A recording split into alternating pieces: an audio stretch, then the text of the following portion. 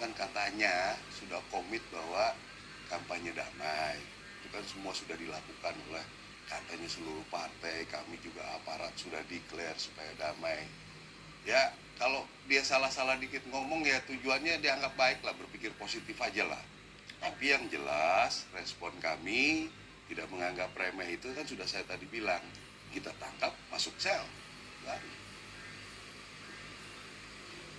Izinkan saya juga untuk mendengarkan bagaimana keterangan pers dari Dandim ini dibantah oleh anggota atau wakil ketua TPN Ganjar Mahfud yang juga mantan Panglima TNI. Ini dia. Di situ jelas kalau dari videonya tidak ada proses kesalahpahaman. Yang ada adalah langsung penyerangan atau tindak pidana penganiayaan.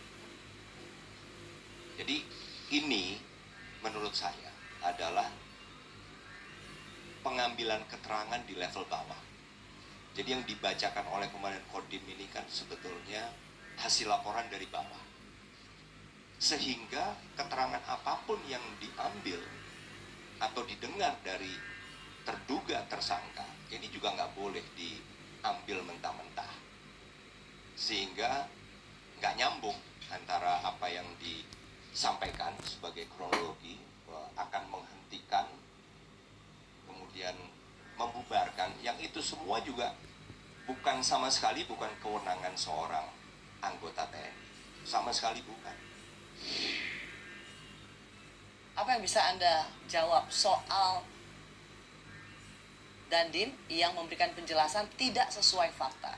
Dan begitu juga tadi seperti yang Anda jelaskan, bahwa ini bukan soal spontanitas, ini bukan soal kesalahpahaman, ini memang betul-betul sudah terjadi penganiayaan dan TNI hanya mendengar dari anggotanya, tidak juga mendengar dari korban. Apa tanggapan Anda?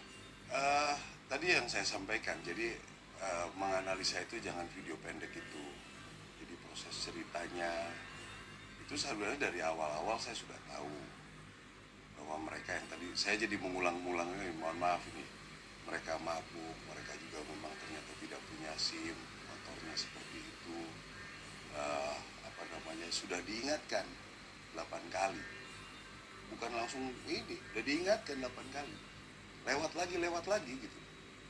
Ini bukan ya, itu jadi di sidang itu kan nanti ada excuse untuk membela diri, jadi membuat orang emosi gitu loh. Maaf ya bos, kalau saya kasih contoh, colek, marah, colek, mungkin dilempar sama gelas sama Mbak Rosi gitu loh, ya kan? Itu mungkin terjadi nggak? Sekarang kita ngomong realita. Kalau Anda di tempat umum begitu, ada yang mengganggu sampai seperti itu misalnya, kira-kira mungkin nggak Anda akan emosi seperti itu? Tapi yang melakukan itu ini adalah seorang aparat bersenjata TNI kepada warga Manusia biasa. biasa juga, Baro. Saya juga mungkin marah kalau dicolek-colek begitu terus misalnya ya. Ya udah dibilangin saya terganggu, ada anak saya terganggu. Ya mungkin saya juga marah. Udah diingatkan, berapa kali diingatkan, masih juga begitu. Ya orang manusia biasa lah, tentara juga ada emosinya lah.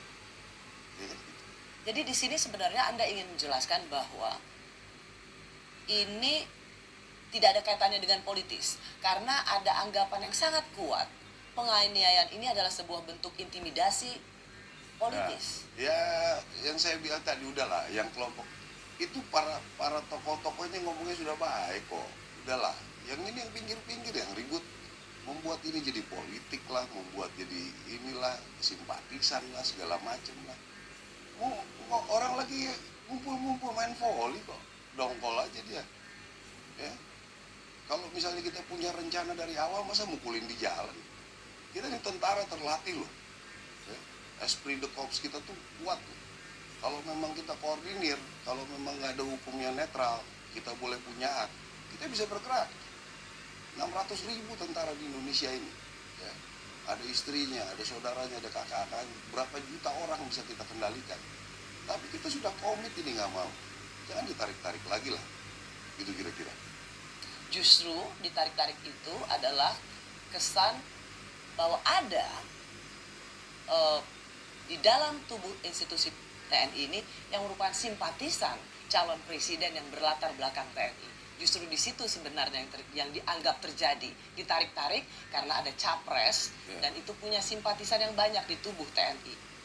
Ya, yang seperti apa? Coba kasih tahu saya gitu loh, simpatisannya. Yang saya bilang, yang ketemu figur-figurnya beliau itu zaman kapan? Ini anak-anak muda. Bisa tahu apa simpatisannya dari mana, kecuali kalau pemain musik mungkin simpatisan segala umur ya. Kalau ini generasi muda tahu aja kiprahnya apa gitu. Jadi kalau misalnya anggota Anda yang di Boyolali itu menganiaya relawan Ganjar karena dianggap ada simpatisan di tubuh TNI, saya langsung katakan pada capres nomor 02 Prabowo, Anda ingin membantah itu? Ya sangat lah, ada hubungannya itu. Apa hubungannya dengan ini capres-capres itu segala macam? Nggak ada. Itu kan mereka, saya bisa mengerti lah anak-anak muda itu, bahwa pada saat ini dia merasa merdeka, tidak ada yang larang, dia bisa naik motor seenaknya. Ya itulah anak-anak muda gitu.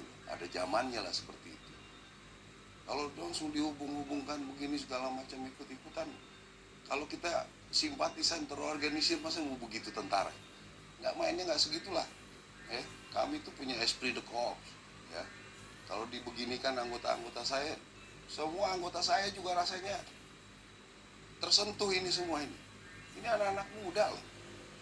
Diceritakannya sampai koma, mati, pakai batu kalau 5 hari udah sembuh. Coba. Terus dibilangnya lagi begini, hukum keras-keras, nyala semua nih anggota saya nih. Ya, jadi saya bilang udah, kita akan atur sesuai dengan aturan hukum. Itu aja.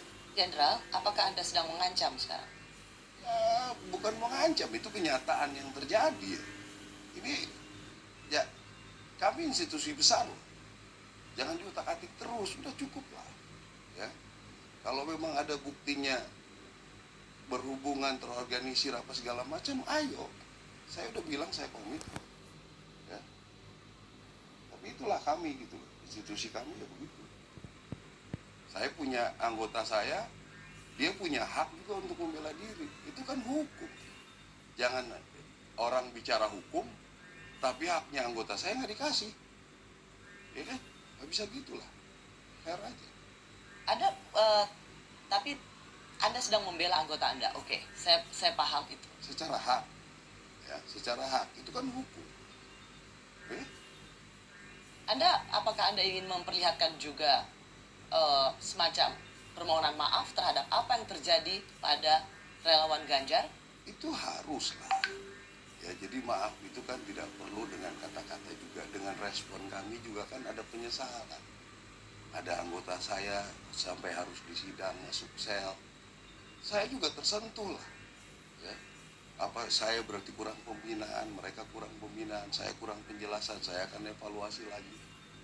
Ya. Jadi yang seperti itu udah gak usah lagi sekelas kita ngomongnya terlalu taktis lah.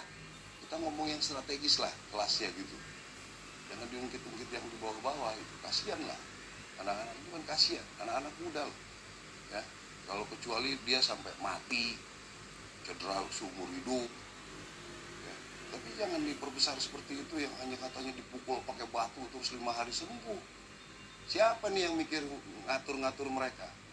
Siapa yang ngajarin? Kita punya kultur menyelesaikan masalah dengan musyawarah. Yang ngajarin tuh siapa? Apa maunya? Apa tujuannya? Jangan merusak budaya-budaya kita yang sudah baik gitu. Ya. Mengantarkan kembali yang ini, suruh bikin statement segala macam. Pikir kita bodoh apa melihat itu nggak direncanakan? Sudah cukup lah. Ya. Kalau memang ada bukti-bukti lain bahwa ada simpatisan, ada, kasih tahu saya. Saya akan ingatkan. Besok pun saya akan vikon, akan saya jelaskan lagi nih. Kan tidak menutup kemungkinan kalau orangnya jahil-jahil, kalau kita orang intelijen nih, besok-besok disengajain lagi di daerah mana. Kan kemungkinan orang-orang seperti ini mungkin juga. Ya, kita juga harus mengantisipasi. Saya akan sampaikan ke mereka besok, kalau bisa merem dulu lah. Ya. Jangan mau lewat-lewat dia berulang-ulang, udah merem aja dulu. Ya. Tapi ingat, kita punya tanggung jawab warga negara, ketertiban umum. Apa kita mau biarkan orang mabuk naik motor selewaran begitu? Ya tapi kan nggak dipukulin dong Pak Maruli. Betul. Siapa sekarang yang bisa mengerjakan mereka? Menghentikan mereka? Saya tanya itu aja. Siapa yang bisa menghentikan mereka? Lapor